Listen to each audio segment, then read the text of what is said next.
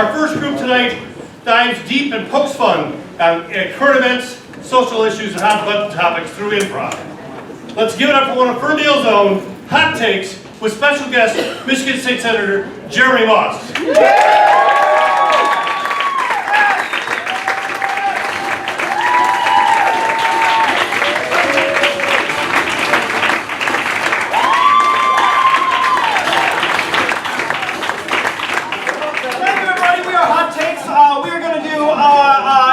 Format where we're going to have a conversation, and then our improvisers are going to base their improvised scenes off of our conversation. And with that, so let's get our special guest out here. Give it up for Michigan State Senator Jeremy Moss.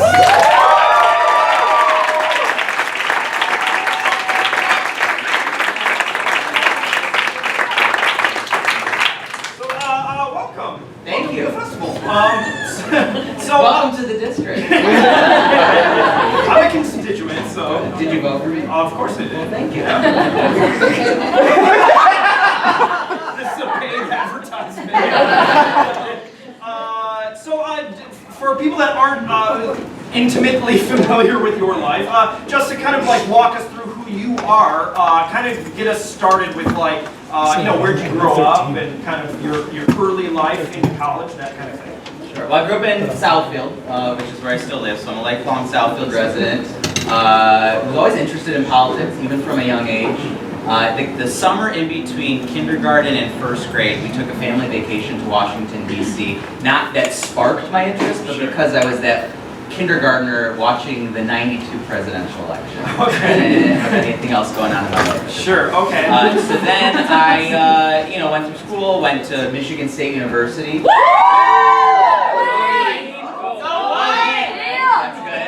Good crowd here tonight. Studied journalism. Okay. What drew you to that? You know, I just kind of like searching for the truth. I think that's why I like politics so much. You know, people come to you with issues, people come to you with problems, and you just kind of dive down, do research, get them the answer they're looking for. So there's kind of a hint of that in journalism, which what drew me to that. I think writing skills are important, so that's, you know, I honed those at Michigan State. I also did a study abroad trip at Michigan State to South Africa. Yeah, I want to talk about that. I read a little bit about it. Tell us about what that was. Yeah, so I did this. It was we did read too much. It was a race relations study abroad. So yeah. This is like the decade after South Africa came out of apartheid. Yeah. And so, you know, that's something that drew me to this trip. Southfield's a very diverse community. I knew I wanted to be engaged in civic life in Southfield. I wanted to better understand, you know, a country that was going through at the time what the United States had gone through decades prior. So we studied all throughout the country. You know, just kind of examining, you know, what is it like for a country to go from such an oppressive state to kind of a freer democracy. Yeah. Hope you guys are up on apartheid.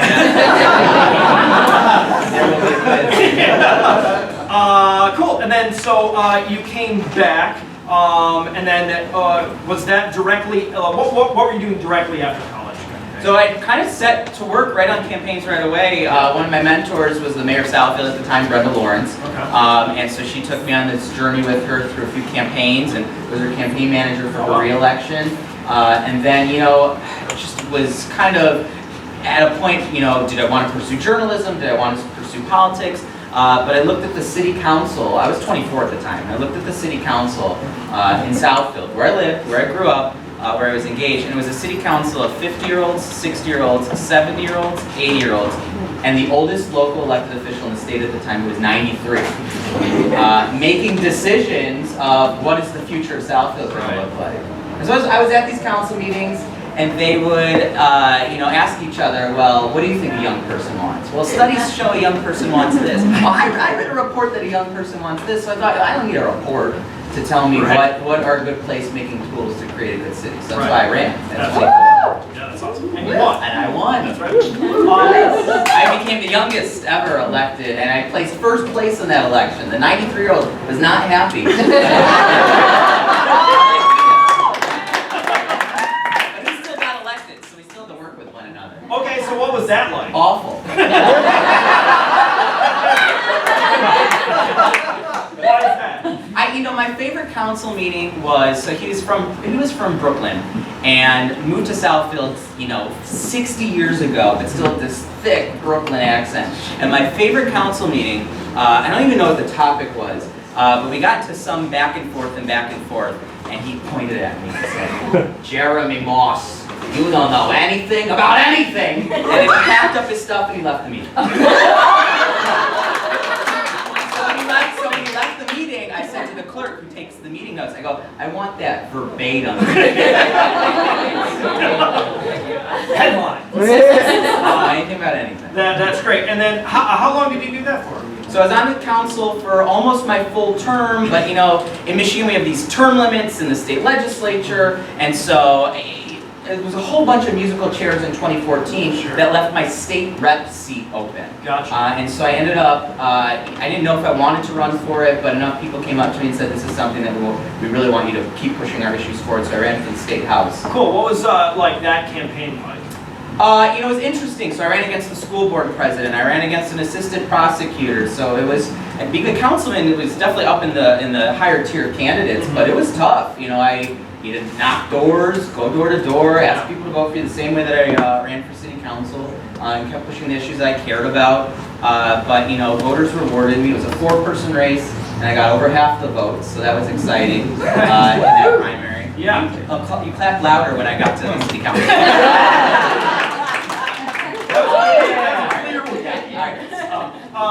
Yeah, talk a little bit more about what it is actually like running for a role like that. You mentioned like knocking doors, but it's all consuming, right? It's kind of like Sure. It's a lot. And you know what you sign up for. Right. This is it's public service. It's really giving back to the community. But I think the best legislators are the ones that are most accessible to the people that they serve. So yeah, I can roll out of bed on a Sunday morning, and try and go to the post office or whatever, and I'm in a baseball hat and gym shorts, and somebody will definitely be asking about why I wrote this. Right. So you kind of got to get used to that rhythm of things. But I pride myself on being accessible and being open and honest and saying yes when an improv group wants me to do the thing on Thursday night. Yeah. Thank you for doing that. My pleasure. Cool. I think that's we got enough there. Let's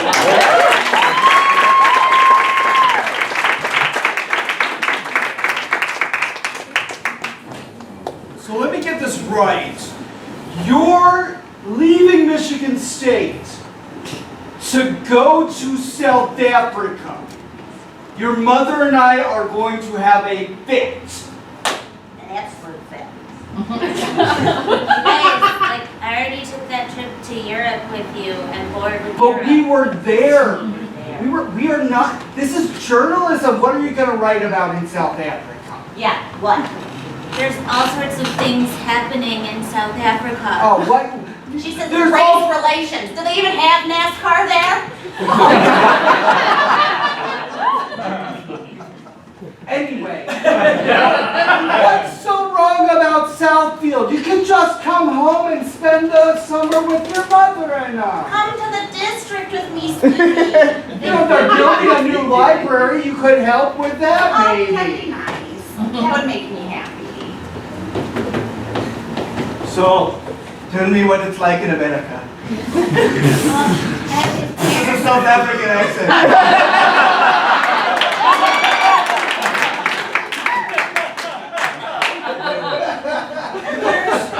Yes, please tell me what's wrong with our district.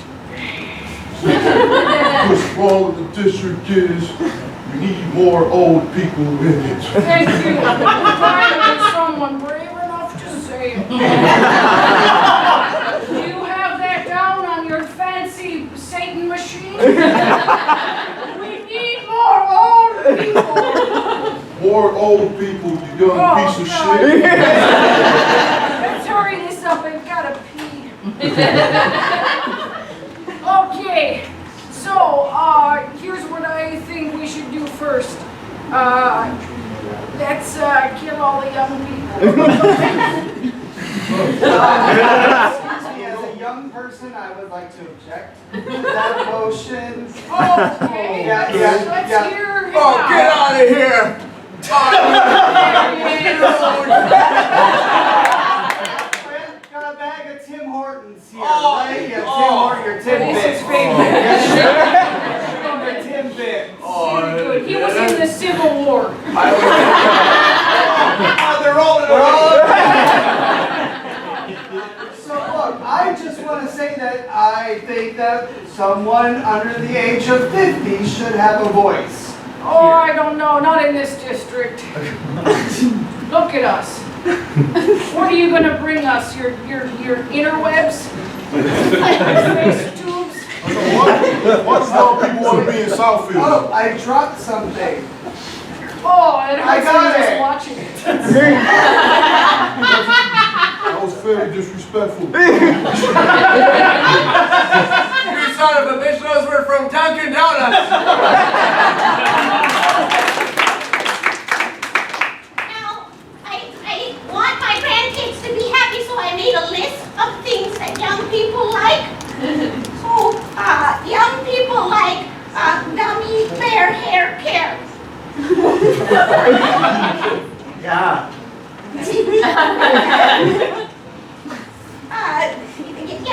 Young people like when people have different color eyes.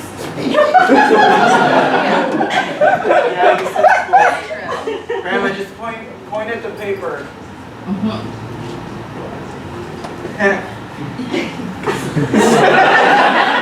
What was that? What was that? It's what young people really like. I'm an influencer. Have you ever heard of Quip? What? You better be nice to us, or we're gonna get people to not like your account, and you'll be not a good grandma. Can you even use Quip on your dentures? That's your false teeth. Why are my spawn teasing me? Touch it! Ah! No, millennials, we don't do our own stuff.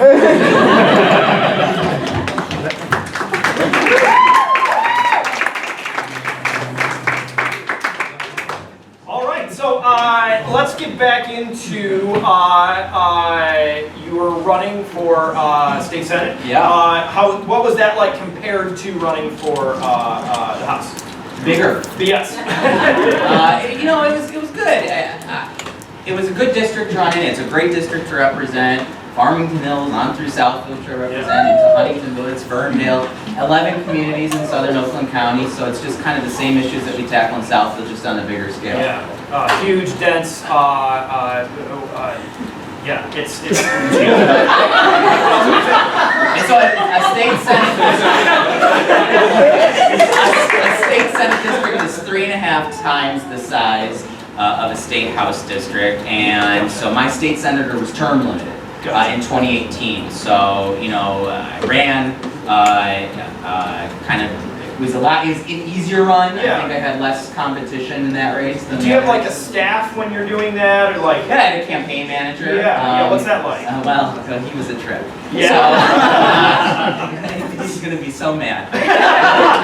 Dear Carter. So Carter was a 21-year-old intern in my office. Okay. A Michigan State student. Michigan State. So, you know, obviously having known how to run a campaign, Carter, I kind of more or less told him what I needed to get done. Gotcha. Carter was really looking forward to August 7th, 2018. Because that was the primary day, but more important for him, it was his 21st birthday. So there was a countdown to his 21st birthday more than anything else. Hand in hand. Okay. Yes. And you won. And I won. Yeah, that was great.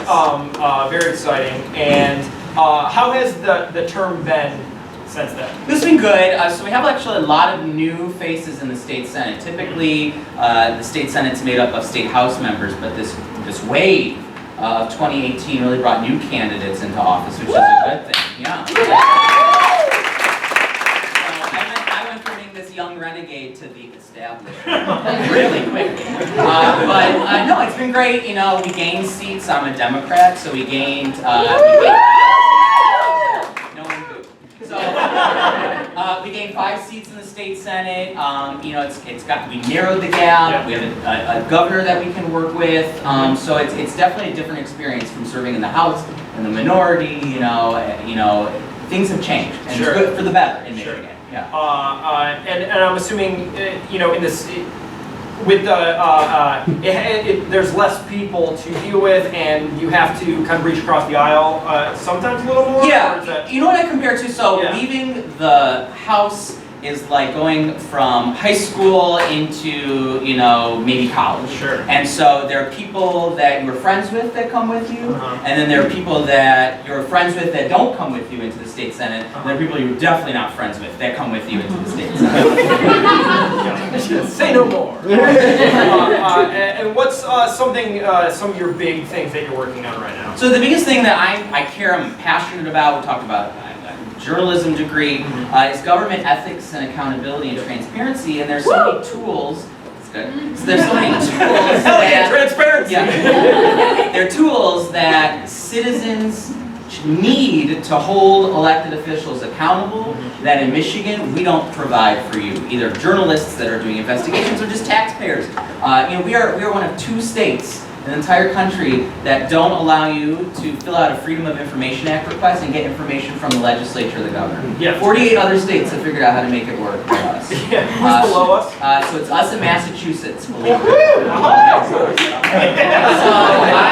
I wrote 10 bills with colleagues on the other side of the aisle to become the 49th state that actually puts basic transparency laws in place so that you can learn about what your government's doing. I mean, in all seriousness, like, we would have known about Flint a lot sooner had journalists investigating that had the access to those documents, to those emails, to that correspondence in the governor's office. Yeah, that's awesome. It's something that we definitely kind of like take for granted. That we kind of assume is there, and that's, you know, it's almost wild that you're having to like. And as a result, Michigan is the least ethical, least accountable, least transparent state government in the country. And that's not my analysis. There's an independent group, Center for Public Integrity, which ranked all 50 states, and we are last. So I'm not proud of that. I'm going to get us to 49.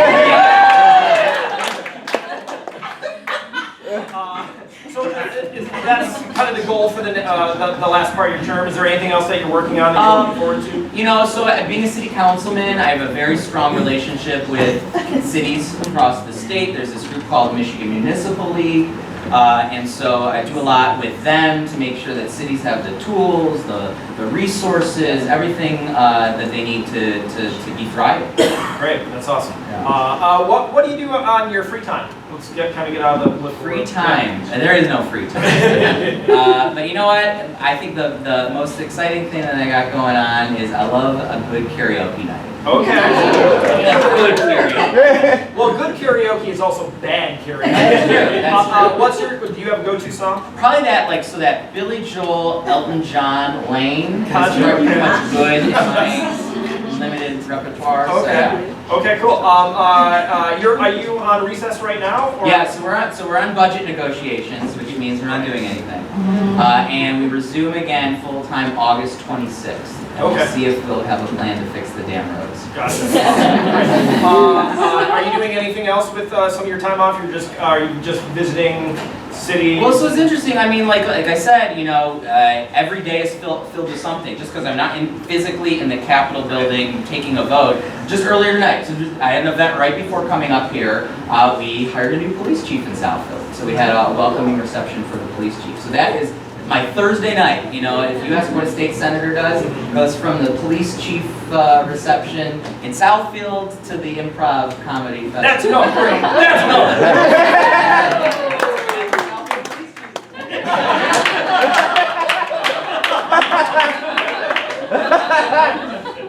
Can I join? I think we're good. I think we're good.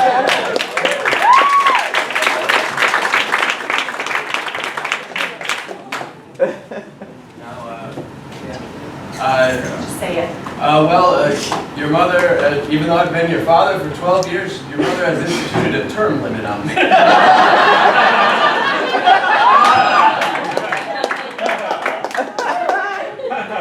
So it's the last day in the house. Yeah, but you guys know I got the thin envelope, so. You want to know who's going to the Senate with you? I started smoking cigarettes. What? Whoa. We're all grown up now. I'm on the good side of things. I'm not going to be corrupt. I'm not going to take handouts or buyouts or any sort of out.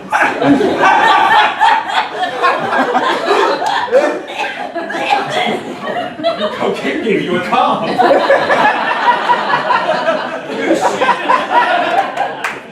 Look, like, I know I'm like the first woman president, and like, I know I haven't delivered a state of address, but it's like my fucking 21st birthday.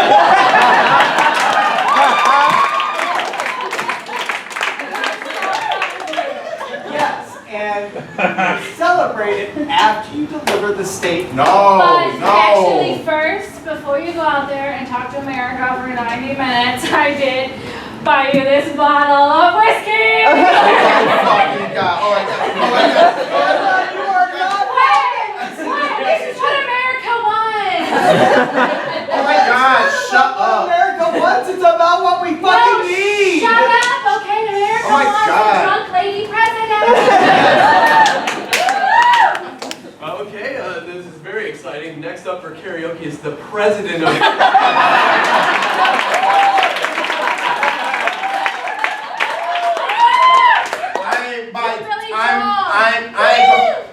I don't know Billy Joel.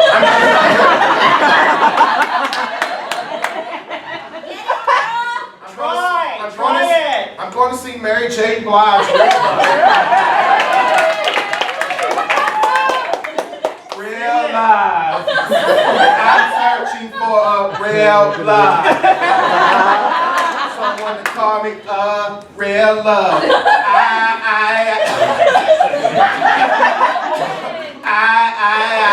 searching for a real Take off your blazer.